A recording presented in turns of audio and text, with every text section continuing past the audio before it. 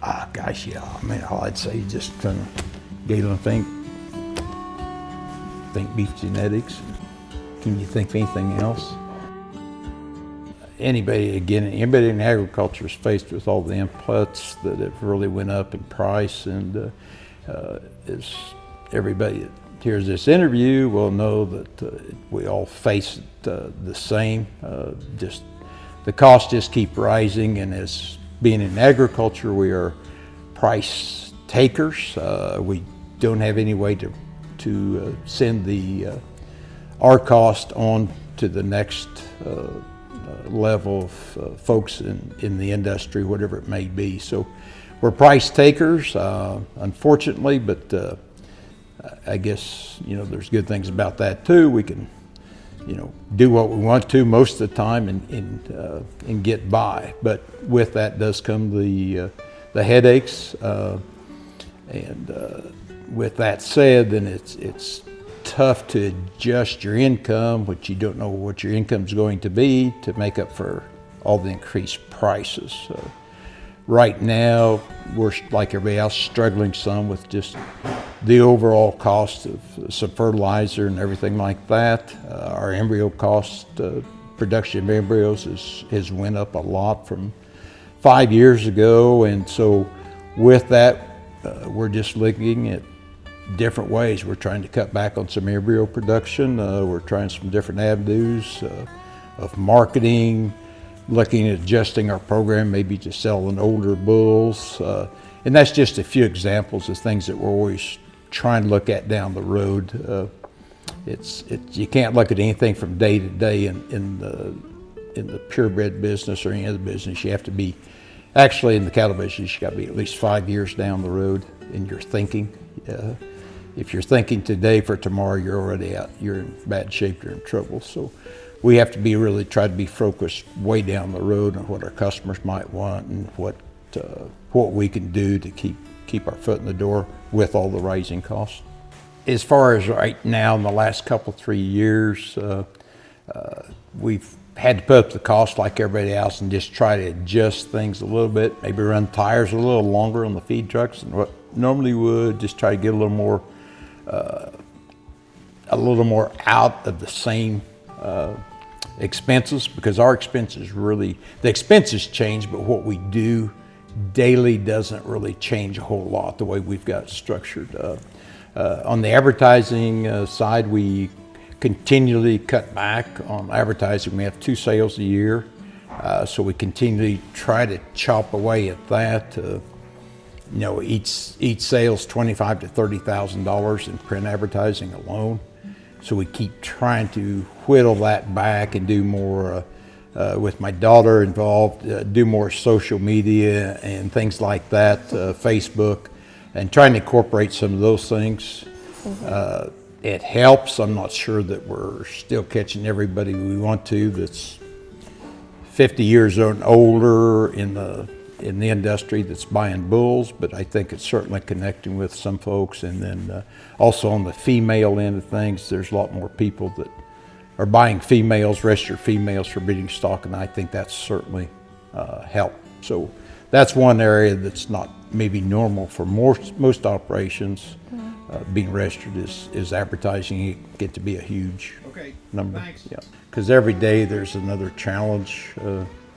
This morning by noon, I had 4 or 5 challenges that I didn't plan on, just different things that come up. So I think you just have to have the mindset that kind of whatever comes along, that you got to figure some way out of it. Panic is not usually a good way out of anything, but you just need to really stop and think through it and let things happen. Give it a little thought before you get mad and blow up at somebody. Count to 10, and if you're still kind of fuming, count to 10 again. And those kind of little things. I know those kind of things sound silly, but in life, those are little things that I've learned that you can do. And the challenges, if it's a personal challenge of some kind with customers or anything like that, and but all the other challenges, I think you just accept that when you get in agriculture. You know that it's going to rain. You still got beans to cut or corn to cut, and you just. I think agriculture builds people with a lot of character, because you do have challenges that you can't plan on. In any business, the same way, but agriculture is probably the toughest.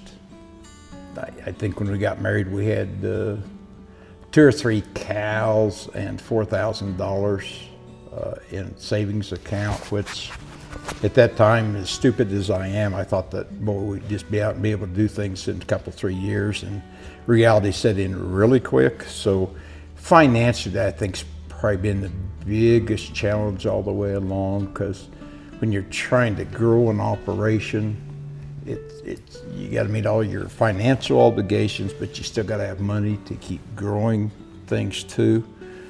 So, I mean, we've been fortunate. We've been blessed. We've had a very good run in the seed stock business. But with that said, we work really, really hard at it too. We do a lot of different things. A lot of purebred folks don't, which everybody has their own program. But so we've worked really hard at it. But probably just all the way through, just you always got bills to pay and things like that. So it's worked out. But yeah, that's probably the biggest challenge, just the daily cost of doing business with everything. I really wish people would, the people that have worked all their lives, or their parents are putting some things together. There's so many people that don't want to face realism. You're gonna die. It's just pure and simple.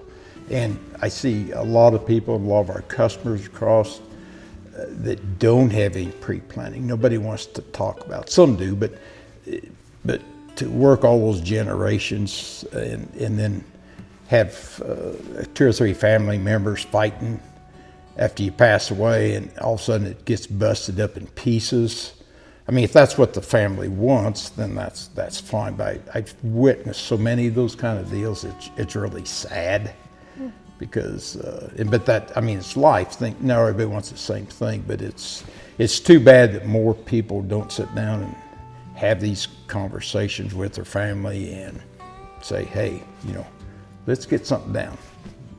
You never know in 2 minutes if you're going to fall over from a heart attack. You can always say, well, I'm not going to die for 20 years or so. Well, nobody knows that. So the quicker that families can talk about it and get a general plan put together, I think that's probably the biggest thing in agriculture that happens that